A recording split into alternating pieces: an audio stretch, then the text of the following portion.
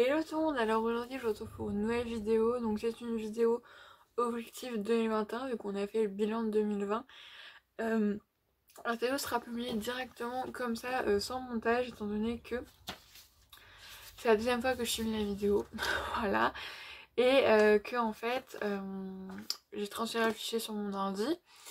Et le fichier est apparu donc avec plein de pixels en fait, vraiment que des pixels, plein de couleurs, vraiment c'est une image vraiment pixelisée. En fait on voyait même pas ma tête ni rien, c'était vraiment plein de pixels de couleurs et sans aucun son. Pourquoi je ne sais pas, je vous avoue. Excusez-moi. Pourquoi je ne sais pas, mais écoutez. Voilà, donc là j'avais la mettre directement sur YouTube comme ceci, donc du coup voilà, je vous retrouve pour les motifs 2021. Ils sont juste ici, ça tombe un peu, j'en ai rajouté un entre temps. En plus, je voulais filmer cette vidéo vraiment tout début 2021, ouais, le 1er janvier, ouais, j'étais hyper motivée. Et ouais, au final, je vais la refaire. Du coup, voilà. 2020 a quand même été une année enrichissante, voilà, avec plein de belles choses quand même, malgré tout. Voilà, j'ai beaucoup évolué, j'ai beaucoup grandi, je dirais pas que j'ai changé de personne parce que je reste toujours moi-même, mais j'ai évolué, c'est certain, j'ai changé de façon de voir les choses et je pense que j'ai vraiment pris en maturité en un an. Et donc l'année 2020 n'est vraiment pas du tout à mettre à la poubelle. Si vous n'avez pas vu le bilan de 2020, je vous le mets en barre d'infos et vous verrez que voilà, vraiment il y a quand même eu des trucs bien, voilà, vraiment voilà des choses vraiment positives et voilà. Du coup j'attaque, on attaque, même si du coup c'est bien attaqué, 2021 avec joie, bonheur et comment dire, et surtout espoir. Enfin, je pense que c'est le plus important d'avoir l'espoir. Voilà, surtout que cette année, ou cette année-là, 2021, pour tous les 2003, mais particulièrement pour moi, c'est une année qui va forcément être très importante. Voilà, vu que c'est l'année de nos 18 ans, du bac, entrée en post-bac. Donc voilà, c'est quand même beaucoup de choses très importantes et qui vont vraiment changer nos vies. Parce que l'année prochaine, quand je vous ferai le bilan 2021, j'aurai passé plein de choses, comme chaque année, mais encore plus là, où j'aurai vraiment acquis plein de nouvelles capacités. Déjà l'autonomie, déjà je pense que ce sera déjà une très très grande capacité à avoir eu. Mon premier objectif, c'est forcément le baccalauréat, voilà, ça paraît logique, parce que voilà, le bac forcément c'est mon objectif le plus important, on va dire, pour la moitié de l'année. Je parle, on va dire, année scolaire. Scolaire, je sais pas pourquoi j'ai pris un accent comme ça. Année scolaire. Voilà, le baccalauréat, forcément, c'est très important pour moi. C'est, voilà, forcément un des plus grands objectifs.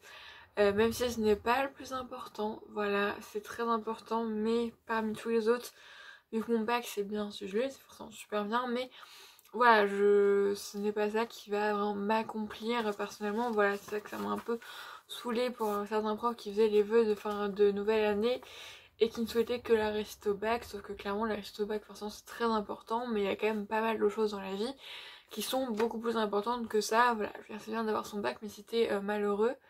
Regardez mes petits cheveux là, franchement, ils sont mis super mal aujourd'hui. Je trouve que ça n'est pas très très beau. Bref. Voilà, vraiment pas avoir le bac, mais si on est malheureux dans la vie, à quoi ça sert? Ensuite, mon code et mon permis. Voilà, forcément. Donc là, je suis. Les salles de code sont toujours fermées et ils en parlent même pas. Donc pour l'instant, vu les dates qui sont annoncées, voilà. Pour l'instant, les prochaines dates, des trucs qui vont ouvrir, c'est février, mi-février. Et pour l'instant, les salles de code, vraiment, ils en parlent même pas. Je crois qu'ils nous ont vraiment oubliés. Je pense que là, je pense que là, ils s'en foutent de nous. Encore maintenant, on peut quand même passer les ordres de conduite. On peut quand même passer le code. Donc du coup je continue à le faire quand même à la maison. Voilà. Mais bon. C'est...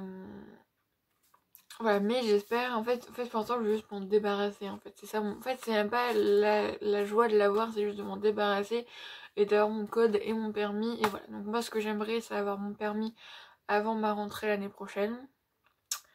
Voilà, je pensais avoir le temps, mais au final je vois le temps défiler et je me dis oh putain. je vois comment les heures de conduite, les trucs sont surchargés parce que déjà avec le premier confinement ça a déjà été compliqué de recaser tout le monde, tout ça, et là avec le deuxième, ça c'était encore pire. Donc voilà, donc du coup, par exemple, j'ai une amie qui a eu son code, bon du coup, c'était encore le confinement, mais du coup, elle a été voir pour séance conduite. Pour l'instant, on lui propose pas avant fin mars. Voilà, donc quand même dans, on va dire, 3 mois presque, on va dire. Voilà. Donc bon, tu vois, voilà, hein, pour l'instant, je me dis, bon, voilà.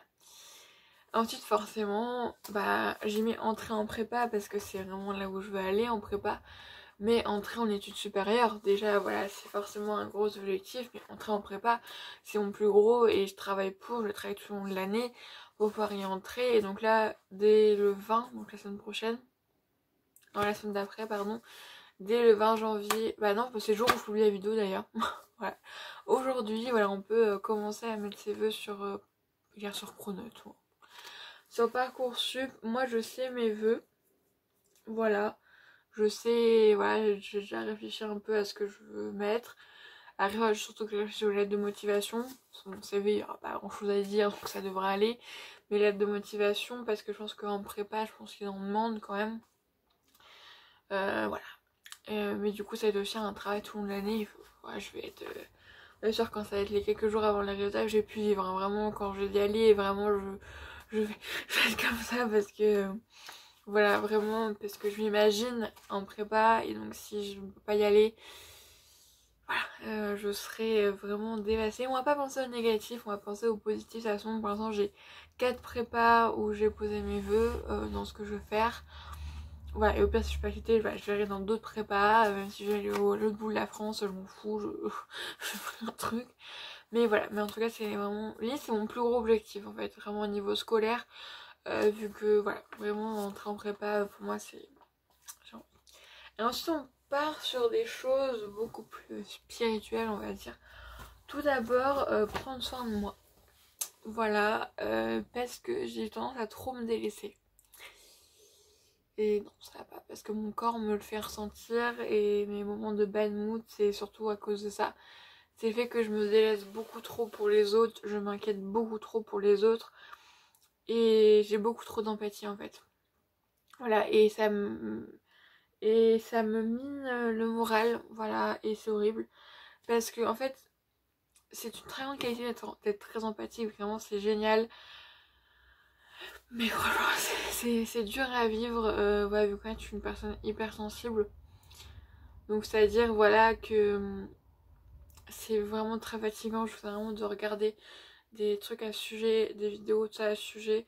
C'est c'est hyper fatigant en fait, et en fait je suis super empathique envers tout le monde, et c'est pareil super fatigant parce que quand j'ai pas mes problèmes, mes propres problèmes à régler, et bien j'ai ceux des autres que je veux régler. Et par exemple, bah voilà, une personne de ma famille ont eu des problèmes récemment, et forcément donc, tout le monde, de toute façon normale, s'inquiète, mais moi c'est un stade où en fait vraiment limite je n'en vis plus et je pense plus à la situation que la personne en elle-même. Et c'est pas bon, il faut que j'arrête de faire ça, c'est-à-dire quand même être empathique, parce que je vais pas devenir une connasse sans cœur non plus, mais me faire passer devant les autres, parce que je suis importante, je suis légitime, ma douleur, ma souffrance, mes problèmes sont légitimes, ils ne sont pas moins importants que ceux des autres, absolument pas. C'est-à-dire, je veux dire, forcément, on doit même être sympathique envers ses amis, tout ça, forcément, mais pas au point de se délaisser en fait, et c'est ça. Et surtout que certains ne le méritent même pas d'ailleurs, ça je m'en suis rendu compte bien trop tard, mais que et voilà, prendre soin de moi, et que ça soit sur le plan genre dire cosmétique, c'est-à-dire en faisant des masques, en des soins, ça j'en fais quand même assez régulièrement, donc c'est pas le problème, mais aussi ma santé mentale aussi c'est très important, et je pense que ça c'est de me préserver, et aussi surtout de voilà, de lâcher, un truc où ça me semble de lâcher prise par rapport aux problèmes des autres. J'y peux rien. Je peux aider comme tout le monde, mais en fait je m'oublie et j'oublie de m'aider moi. Voilà, et c'est pas bon de faire ça. Ensuite, donc vivre l'instant présent, parce que moi je suis une personne et je pense que c'est de famille. C'est-à-dire que quand je fais quelque chose, je me dis et je ferai quoi après. Alors que je suis encore en train de faire quelque chose, donc c'est-à-dire quand je suis en train de faire le truc, donc ouais, je suis et dire bah je ferai quoi après, ou à un moment ça va se finir, quand ce sera fini ce sera comme ça, tout le temps, et c'est épuisant aussi en fait. Par exemple lors d'un repas en famille, et bien je vais me dire bah bientôt, regarde, par exemple il est 4 heures, bientôt ce sera fini, bientôt ils vont pas, parce qu'en fait ils sont encore là, sont là encore pendant au moins 2 heures, tu vois, et au lieu de profiter du fait qu'ils sont encore là pendant 2 heures, et bien je vais bah, juste me dire bah ils vont bientôt partir. Ou par exemple quand, je sais pas, surtout pendant les confinements, et c'est ça que j'ai commencé à avoir une certaine routine, et bien je me disais bah je vais faire quoi après, alors que j'avais pas fini, en fait j'avais même pas fini ma tâche première que j'étais en train de faire, et je me dis bah qu'est-ce que je vais faire après. Et sauf que en fait je me saoule toute seule à faire ça, mais en fait c'est un mécanisme de mon cerveau, et je pense qu'il faut que je travaille dessus, et je pense qu'on peut travailler dessus, même pas je pense, c'est sûr, on peut travailler dessus, et il faut que je travaille dessus. Ensuite, lâcher prise. Voilà, voilà, sur plein de trucs, c'est-à-dire que en fait on va, parce que en philo on a fait la philosophie stoïcienne, c'est-à-dire qu'il y a des choses qu'on peut contrôler, voilà, et donc ça, pas de problème. Il y a des choses qu'on peut pas contrôler, et ce qu'on peut pas contrôler, pas qu'on s'en occupe pas, mais on peut pas le contrôler, donc voilà, c'est tout, c'est comme ça, il faut l'accepter, qu'il y a des choses qu'on peut pas contrôler. Et ça j'y arrive pas, mais ça j'y arrive pas, mais ça c'est une horreur. Je sens par rapport au problème des autres, c'est qu'en fait c'est que j'ai envie de contrôler ça, c'est-à-dire de faire en sorte qu'ils aillent bien, de faire en sorte que leurs problèmes soient réglés, que mes problèmes soient réglés, que tout aille bien, que j'ai le contrôle sur tout ce qui se passe dans ma vie, sauf que c'est clairement impossible. Et voilà, c'est pas possible d'avoir le contrôle sur tout, il y a plein de choses qu'on peut pas contrôler, et j'arrive pas à l'accepter. Voilà. En fait j'ai cette obsession du contrôle. Euh, vraiment, là je vous donne pas vraiment trop de qualité de moi, mais écoutez, mais ouais, j'ai cette notion un peu du contrôle où en fait j'ai besoin de contrôler les choses, et c'est quelque chose que je peux pas contrôler, et en fait je sais quelque chose que je peux pas contrôler, mais je ne l'accepte pas. Et il y a une grande différence entre savoir et accepter. Voilà, mais il faut vraiment. Ensuite de là, de faire de la méditation. Vu que c'est quelque chose que je pense qui pourrait beaucoup m'apaiser, beaucoup me faire du bien, mais que je ne prends pas le temps de faire. C'est très dommage. Ouais, hier soir, j'ai passé 2-3 minutes où en plus en ce moment, je suis beaucoup sur les écrans malheureusement. Voilà, et en fait mes yeux sont clairement explosés, vraiment, vous ne m'arrêtez pas, mais je sens qu'en fait ils sont limite secs, je sais pas, voilà, mes yeux vraiment ils en peuvent plus, et voilà. Mais malheureusement avec les cours à distance, ça je suis obligée d'être tout le temps sur les écrans. Et aussi pour mon plaisir personnel, parce que forcément je suis accro au téléphone, hein, voilà, faut pas se voiler la face, au bout d'un moment faut se dire les choses.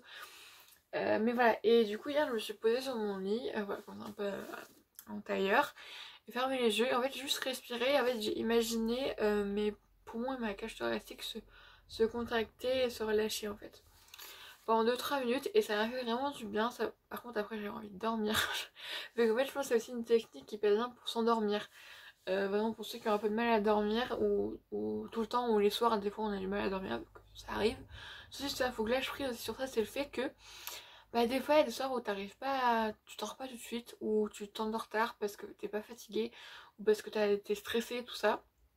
Il faut aussi que je lâche prise sur ça, mais ça c'est le grand combat de ma vie depuis bientôt 1 an, et c'est toujours pas réglé, mais bon ça c'est voilà. Mais faire plus de méditation. Voilà, vraiment parce que je pense que ça peut me faire du bien. Soit faire comme là hier où vraiment c'est que moi qui gère. En fait j'ai un peu de mal parce que déjà quand je suis dans ma chambre, du coup là j'avais rien, voilà. Mais il y a toujours du bruit en bas. Donc là je peux vraiment pas couper tout. Et surtout quand je sais pas, quand je suis comme ça, je sais pas, vu que j'ai pas de son dans les oreilles, je sais pas. Voilà. Mais aussi accueillir le flot de pensée aussi. Ça c'est un truc je pense qui peut être très intéressant. Peut-être faire la méditation guidée, tout ça, je verrais bien, mais en faire plus. Et du coup, pour l'instant, acheter moins. Vu comme vous avez peur, j'ai vraiment un problème. Je suis vraiment une acheteuse. Bon, je dis ça, mais dans 10 jours, il y a les soldes d'hiver et je préfère faire une big commande sur les rochers. Mais après, voilà. J'achète moins, j'essaie d'acheter plein de conneries. Comme vous voyez, vraiment, c'est vraiment obsessionnel, ça sert à rien. Je m'achète des trucs, ça me sert vraiment à rien. Bah, si, ça va me servir un jour, mais vraiment. Là, le gommage visage, d'ailleurs j'en ai fini un. J'ai le choix entre 7 gommages visage que j'ai en stock. Est-ce que ça me sert vraiment d'avoir autant de gommage visage en stock? Non, vraiment pas du tout. Et comme plein de trucs, comme moi j'ai trop de stock et c'est horrible. Il faut vraiment que j'arrête d'acheter comme ça en compulsif. Vraiment, et du coup c'est vraiment mon objectif de 2021, c'est-à-dire d'acheter moins. d'acheter que ce que j'ai besoin, ça peut être compliqué. Après craquer de temps en temps pour des trucs, voilà, j'ai pas pu m'empêcher d'acheter tout, voilà, mais arrêter d'acheter juste pour acheter et voilà. Et ensuite, avant-dernier, ça serait perdre du poids, voilà. Bon, même si les salles de sport ne rouvriront pour l'instant que mi-février. Donc j'ai d'art me gérer toute seule. Parce qu'en fait là je vous avoue que depuis novembre je fais n'importe quoi au niveau du manger. Voilà, vraiment je fais vraiment n'importe quoi. Je bouffe comme 4 vraiment. C'est à dire que ça ne sert à rien. Mais je mange. Vraiment vu qu'en fait ça m'apporte un certain réconfort. Sauf que là ça va mieux et du coup ça ne sert à rien. J'ai pas de réconfort à avoir en fait. Et ouais, mais du coup voilà, je vais essayer de perdre du poids, ou au moins de ne pas en prendre plus. Je ne sais pas le poids que je fais, je ne veux pas me peser, je vais pas rester dans le déni. Et voilà, essayer de me faire plaisir, mais en fait c'est-à-dire de manger juste à ma faim en fait, et ça je le fais pas. Donc je mange plus qu'à ma faim. Et je pense que là le jour où j'arriverai à juste manger à ma faim tout le temps. Moi c'est une mauvaise habitude, c'est l'habitude de la cantine en fait. Vu qu'en fait, avant j'allais à la cantine. Voilà, je mangeais chez moi le midi, je mangeais mon plat et seulement après je choisissais si je voulais du fromage, si je voulais un dessert ou quoi. Sauf qu'à la cantine, forcément, t'as déjà tout sur ton plateau. Et vu que je déteste le gâchis alimentaire, et ben je mange tout ce qu'il y a sur mon plateau. Même si des fois j'ai pas forcément faim, des fois juste le plat ça me convient, tu vois. Et du coup, moi c'est une mauvaise habitude que j'ai pris à cause de la cantine, c'est-à-dire d'avoir besoin d'avoir plat, fromage, dessert. Sauf que des fois, clairement, non, tu vois, clairement des fois j'en ai pas besoin. Bon après peut-être que 2 heures après j'aurai faim, mais au pire je prends une base céréale dans mon sac et puis voilà quoi. Voilà. Et ensuite dernière résolution, ça serait de lire plus de livres. Vu que vraiment j'adore lire, j'ai plein de livres que je dois lire, vraiment la joie, ma pile à lire elle est énorme. Bon, je pense qu'il y a pire que moi, mais vraiment elle est énorme. Et j'en achète, mais j'en lis pas beaucoup. Vraiment j'essaie de lire plus. Là, bon, ça fait que 2 soirs, donc je vais pas non plus me crier ouh. Mais j'essaie de prendre l'habitude de lire un petit peu tous les soirs avant d'aller dormir. Déjà ça permet de s'apaiser un peu, de se poser un peu, d'être éloigné un petit peu des écrans pendant quelques instants. Vu qu'aussi moi je m'endors en regardant des vidéos YouTube. Donc c'est à dire que vraiment du matin au soir je suis vraiment devant les écrans. Il n'y a vraiment que quand je suis en cours que vraiment c'est... En fait si j'ai quand même des moments hors des écrans, je ne reste pas non plus tous les journées sur mon écran, mais voilà. C'est un peu ce que je veux dire. Donc ça aussi, ça diminue mon temps d'écran, c'est vrai que j'essaie. Voilà pour cette vidéo, j'espère qu'elle vous aura plu. Donc là, je vais la mettre directement sur YouTube, sans montage brut, sans transférer le fichier sur mon ordi. Voilà, je vous fais d'énormes bisous et je vous dis à la prochaine fois. Prenez soin de vous. La prochaine fois, ça sera... Non, c'est bon, voyez. Ça sera une vidéo où je vais faire le sur toutes les choses auxquelles je suis reconnaissante. Voilà, parce que en fait, je pense que ça va être un très bon exercice pour moi déjà de me rendre compte de la chance que j'ai dans la vie. Et aussi, c'est un très bon exercice pour tout le monde de se rendre compte de toutes les choses qu'on a autour de nous et que beaucoup n'ont pas malheureusement, et de se rendre compte qu'on a beaucoup de chance. Voilà, je vous fais d'énormes bisous et je vous dis à la prochaine fois. Prenez soin de vous. Bisous.